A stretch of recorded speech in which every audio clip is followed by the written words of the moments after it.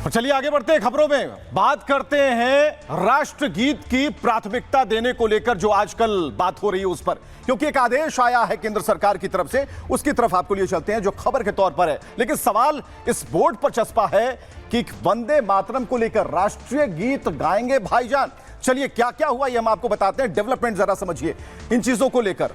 जो आदेश जारी किया गया है उसमें कहा गया है कि अब वंदे मातरम, यानी कि पहले जन गण मन गाते थे, लेकिन उससे पहले अगर गाएंगे साथ में तो पहले वंदे मातरम को प्राथमिकता देनी होगी।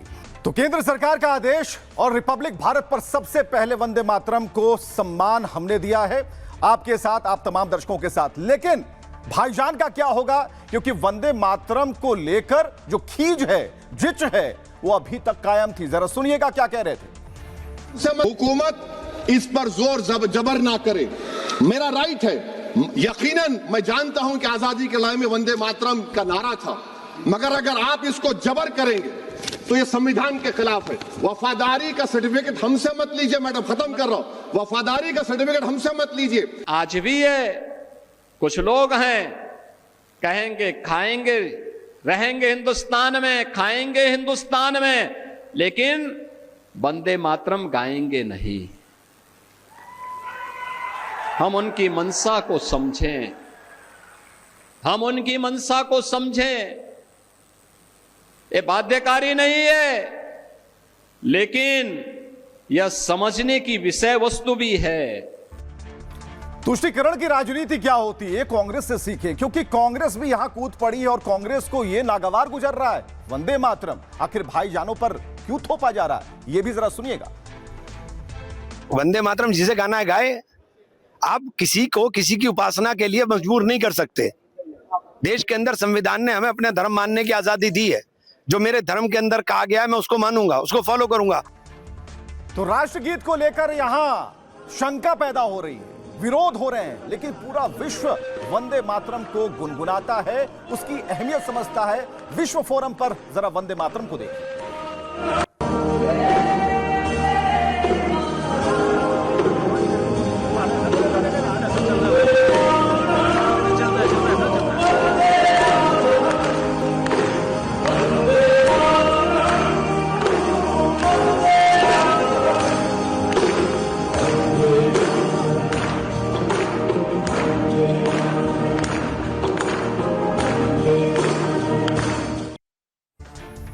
तो जब वंदे मातरम की धुन बज रही होती है तो आपके रोंगटे खड़े हो जाते हैं, क्योंकि आपका जो अटैचमेंट है, आपका जो जुड़ाव है भावनात्मक तरीके से भारत के साथ है।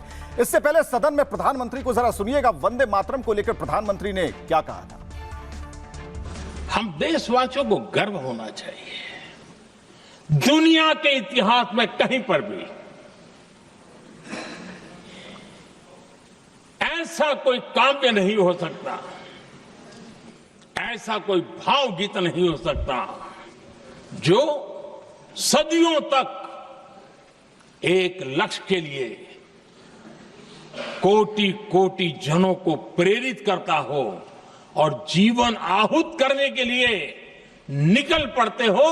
दुनिया में ऐसा कोई भावगीत नहीं हो सकता जो वंदे मातरम।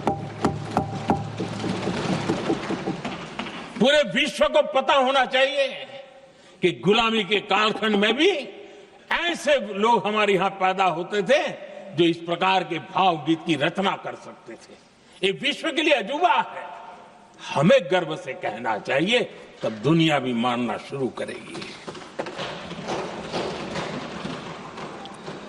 ये हमारी स्वतंत्रता का मंत्र था, ये बलिदान का मंत्र था, ये ऊर्जा का मंत्र था, ये सात्विकता का मंत्र था, ये समर्पण का मंत्र था, ये त्याग और तपस्या का मंत्र था, संकटों को सहने का सामर्थ्य देने का ये मंत्र था, और वो मंत्र वंदे मातरम था।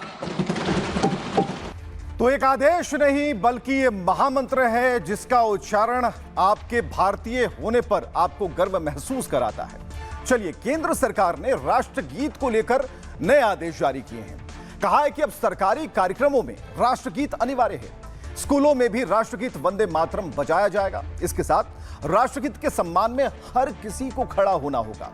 आदेश में साफ लिखा है कि अगर राष्ट्रगीत वंदे मातरम और राष्ट्रगान जन गण मन साथ में गाए या फिर बजाए जाएं, तो पहले वंदे मातरम गाया जाए, उसके बाद राष्ट्रगान। इस दौरान गाने वाले को सावधान की मुद्रा में खड़ा रहना होगा। सभी स्कूलों में दिन की शुरुआत राष्ट्रगीत बजाने के बाद ही होगी।